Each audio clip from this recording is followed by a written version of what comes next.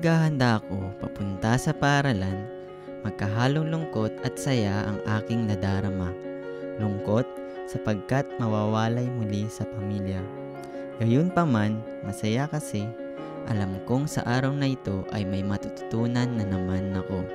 Bagong araw na igugugol para sa pag-aaral, para makaahon sa hirap at para sa mga minimithing mabuting kinabukasan para sa pamilya.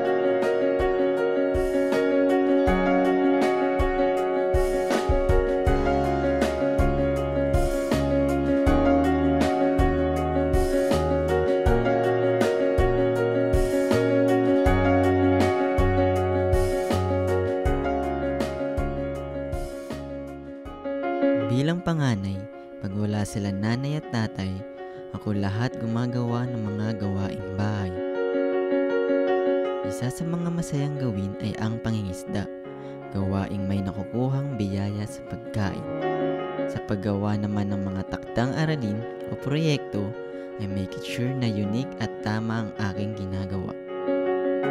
Kahit mahirap, kinakaya, para sa katuparan ng mga pangarap, para maiahon ng pamilya sa kamunoy ng kahirapan.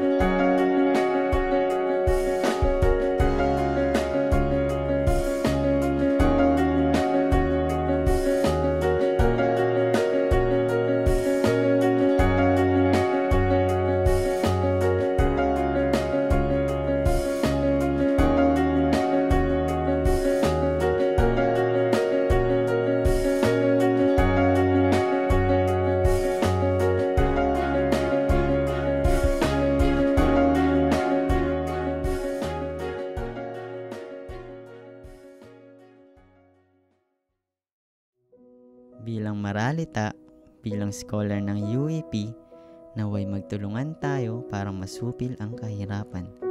Naniniwala ako na ang pagbibigay ng sapat na edukasyon sa kabataan ay siyang solusyon sa papanluping kahirapan.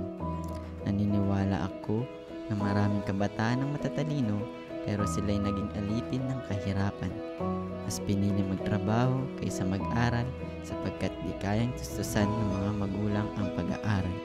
Naway magasing ang puso ninyo, kailangan nila ang tulong mo para maabot ang kanilang pangarap at masaksihan ang mas makulay na bukas.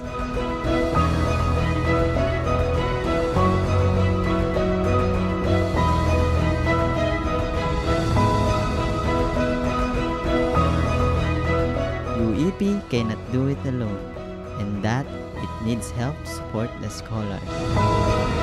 Help the scholars of UEP by visiting their website www.thescholarsofuep.com. Ako si Rene Jan Escal, ang palayo ko ay Jojo, ang scholarship ng UEP ang tumulong sa akin at sa aking pamilya na matupad ang aking mga pangarap.